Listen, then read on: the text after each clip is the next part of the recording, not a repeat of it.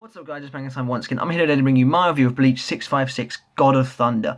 Before we begin, I just want to say please subscribe to my channel. I'd super appreciate the support. If you click the subscribe button up here, that'd be really awesome. That'd be so great. Now the chapter is actually really quite good, and it didn't go where I was thinking it would.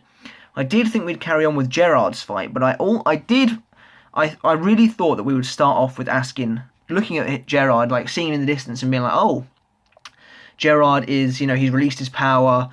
They're doomed, and then he was going to carry on fighting the Shinigami Ichigo, and then we go back to Gerard's fight. That's not quite what happens, but the chapter title is nice and deceptive. It's a nice red herring, because the chapter title is God of Thunder, and obviously Gerard is based on Thor, but the chapter is not about Gerard at all. At the very beginning, Gerard appears to just be taking a walk. At first I thought he was just kind of standing there laughing. But all the dust everywhere, all of that kind of makes me think he is actually walking, and then later on you kind of see him stepping out of the building. So it does appear as though he is just kind of taking a bit of a walk at the moment. So presumably the Shinigami he was facing have not gotten back up again. Although he's obviously not going to make sure they're dead, but Anyway, so Askin is watching Gerard, and he's like, oh, it appears that Gerard's son has finally unleashed his Shrift as well. And then he says, oh, well, seeing how Lil got his ass handed to him, it's not really a surprise. He doesn't have much of a choice. And then he says, he's surprised that, he says it's not that big a surprise that Gerard hasn't noticed that Lil's been defeated. And it's interesting that this might just be the manga stream translation, but Askin calls him that big oaf. And it has already been established somewhat that I don't think they really like each other. Just because, Gerard was like, if you get in my way, I'll kill you. And Askin was the only one he called by his surname. So yeah, I do think there is a bit of animosity there. Whether they'll actually do anything about it, probably not. But we get a tidbit of interesting information about the Schutzstaffel now. Apparently Lil was actually the leader of the group, which is interesting. It makes me wonder how much authority he actually had as leader of the Schutzstaffel, because presumably in terms of hierarchy, that puts him like the third highest Quincy, just under Hashwolf and Uryu. They're probably on the same pedestal. So yeah, interesting that Lil is the leader. Like I said, I don't know why he's the leader or what kind of authority he gets over. Because I really thought Gerard struck me more as the leader of the group. And Gerard actually has a go at Lil in chapter 600 or whenever it was. So yeah, I mean, I don't think it doesn't seem to afford him any authority or anything, but Askin then says that Lil was the first Quincy to be bestowed a Shrift by Yoruichi. That's weird, because Lil himself said he was the last, so I presume there's a translation error going on there or something. The first would make more sense, as it would make Lil's line, I'm the man closest to God, make more sense to me, at least anyway. However, then Askin reveals something rather weird about the other two Schutzstaffel, Pernida and Gerard. Rather than receiving powers from His Majesty, these two already had their abilities. So Gerard already had his miracle, and Pernida already had the compulsory. Yoruichi eventually gave them letters because, just to recognise that they are Sternritter. But they are the only two Quincy to already have these powers in place. And I think that's interesting. So, for example, if we take Basby, he was a skilled Quincy, but until he met Yoruichi, he didn't have the power of the heat. These guys already had their abilities. And so, apparently, there was a lot of rumours swirling around as to their true identity, because, it's rather weird that they already carry these abilities. If you were, you were a random Sternritter, you'd be looking at Gerard and Pernida and being like, why do these guys already have strange powers? And I don't have anything like that. There's a cool picture of Pernida, actually. It's quite refreshing to see Pernida with the hood back on. And the shadow is shaded in such a way that you can actually tell that there are fingers under there now. And apparently the Sternritter believed that Pernida was the left arm of the Soul King, which obviously is true. And apparently they also believe that Gerard is the Spirit King's heart, which is pretty crazy. Now, presumably because Pernida's rumour was true, we can assume that Gerard's is true as well. And it's also cool to see that Gerard has like a crown of thorns going on. But anyway, what does the Spirit King's heart mean? Well, we don't really... That's kind of all we get about it. I think it's interesting. Heart is a huge theme in Bleach. Heart, in general, is kind of at the basis of everything. Um, and I like that Gerard is kind of a bastardization of the shonen trope of like always getting back up again after you get beaten down. Because obviously, the more damage he takes, the more powerful he becomes later on. And so I think him being the Spirit King's heart, yeah, is going to be like a kind of bastardization of that trope. Now, whether or not if you now Gerard's an interest. If he's the heart, killing him now, is that going to destroy the Spirit King forever, or could it be that Gerard kind of has the heart? Bear with me here. Has the heart captive? So destroying Gerard will free this king's heart, and he'll come back to life. Because I'm still pretty certain that mannequin-looking thing that Yuhava got cut in half wasn't the living, breathing Soul King. Anyway, Askin then says, I don't know how those rumours began since these guys were just Quincy's, which tells me that the Spirit King is actually not a Quincy, despite the fact that he has the multiple irises. So yeah, that's a bit weird. But he says, looking at that wondrous power, it's no wonder they those rumours began. And apparently he was reciting this summary to Ichigo, who is actually knocked out. Ichigo is literally on the ground, so Askin presumably one-shot him because he doesn't even take any damage. This picture is weird. I appreciate Kubo's attempt with this angle. Ichigo's literally just lying flat on the floor, but he looks like a rug or something because there's no depth to him. He's literally just flat on the ground, basically. But, I get it, but I think Kubo could have done a better job with it. I thought the chapter was actually going to end there, but it doesn't. As in, not end. I thought it was going to move back to Gerard, but it doesn't. It sticks with Orihime and Chad.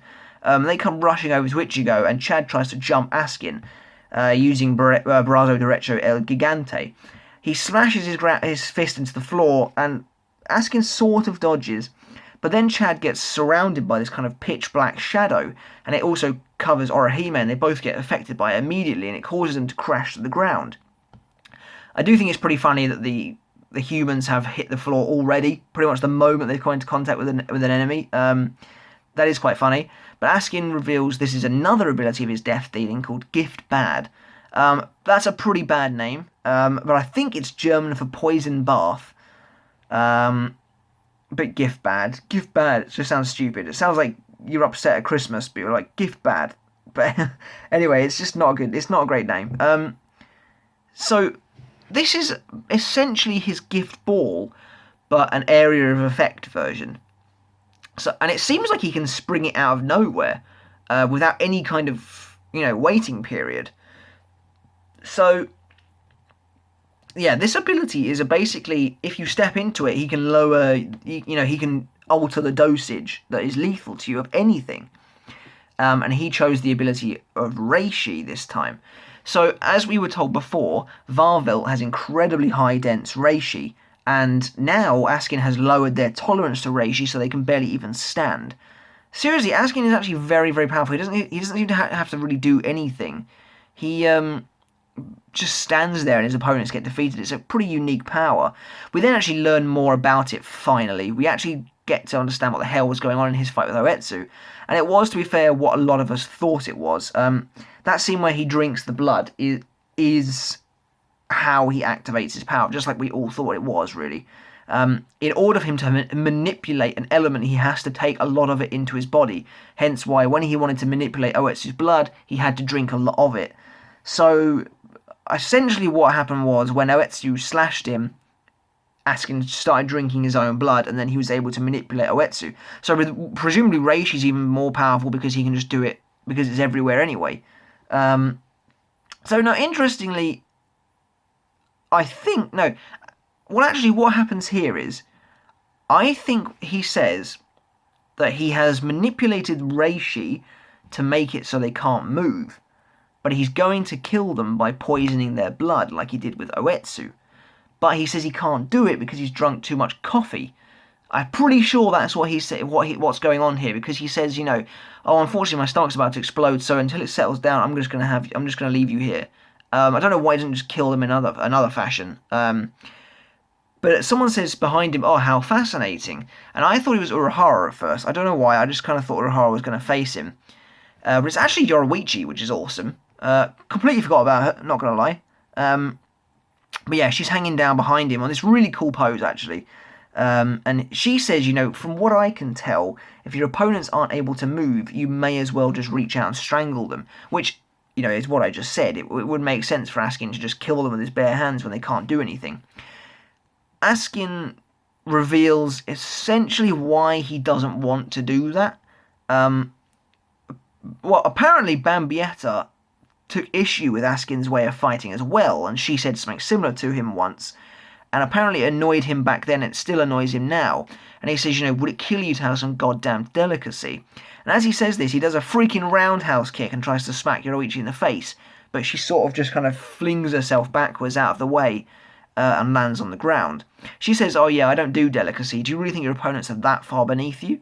To which Askin's like, not at all. I just prefer defeating my opponents with a certain amount of elegance. So presumably, Askin believes the whole death-dealing, blood-drinking thing to be elegant. He then says, after all, controlling and manipulating lethal doses has such cachet, wringing people's necks is much more suited to women of the likes of you and Bambi. There's a lot of talking in this chapter. Basically, Yoruichi's like, oh right, and then she activates Shunko, which is awesome, because we haven't seen that since the Aizen fight. And obviously her shoulders blow off, the shoulder clothing blows off. And she's like, I have no idea who this Bambi is, but, it sounds to me like you're just trying to tell me this is how the beautiful act.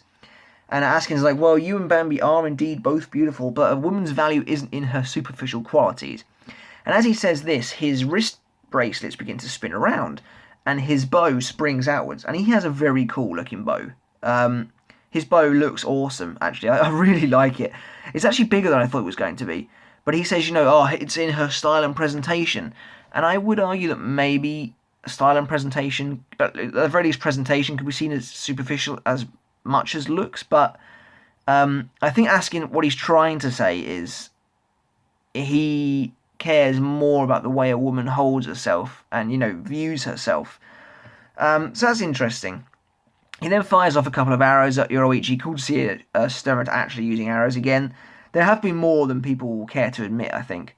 Yoruichi dives forwards and basically just catches the freaking arrow and just throws it back at his shoulder, which is awesome. It's a really cool little kind of interaction back and forth. And she tosses this arrow and it gets him straight in the shoulder, and he's like, oh crap, and he goes flying. And she says, I'm sorry, you seem like an interesting guy and all, so at least Kubo's acknowledging himself that Askin's cool. And he says, but we're in a bit of a hurry, so you'll be letting us through now. And Yoruichi uses this really cool-looking ability called Shunko Raijin Senkei. And basically it just does this awesome thing where these kind of balls of lightning appear like around her. And she holds her hands out like that. I think all it does is just summon a pillar of lightning that just engulfs Askin, but it's hard to say really. But this line of lightning just kind of shoots down, and then it just completely engulfs him. And really, that's the end of the chapter. Askin has been blasted by this attack. He's obviously not dead. Obviously not dead. This actually seems to me like it's setting up that Askin will take in the lightning and poison Yoruichi while she's using Shunko. That seems most likely to me. Because he's clearly not dead. Kubo's not going to give Pernida and Lil, 10 chapter long fights and then kill off Askin after one chapter. So, yeah, Askin's clearly getting back up. He's clearly going to be like, oh man, that hurt, but I've managed to consume enough of your electricity now that I can poison you with it. So I'm almost certain that's going to happen there. But it was actually a really good and entertaining chapter. I love Askin. He's one of my favourite characters. And easily my favourite Sternritter now. He's just so cool. He's got great design, brilliant personality. And I just thought it was a really good chapter. I didn't expect him to face Yoruichi, but I'm glad that he is doing, because it's an interesting matchup. So far, the action has been really good. And yeah, I actually really liked it. I'm going to give it a 4.5 out of 5. I've really enjoyed it. The artwork was great, except for that weird Ichigo panel. And it was really cool learning a little bit more about, the Vandenreich, the elite Sternritter, and the perceptions that people have about them inside the Vandenreich itself. So, I liked it a lot. I'm very interested to see if this fight continues or if we'll pan back to Gerard's fight. Because I really thought Askin was going to be last, but if Gerard is the heart of the Soul King, then he might be more important than was initially let on. But that's it pretty much for this week's review, guys. Let me know in the comments below what you thought of this week's chapter. Do you think Askin's dead, or is he getting up next week and probably going to poison Yoruichi with her own lightning? Yeah, but that's pretty much it, I think, guys. What do you think about Gerard being the Soul King's heart, and how's that going to work? Until next time, though, guys, please subscribe and give the video a thumbs up. I'll see you next time. Bye.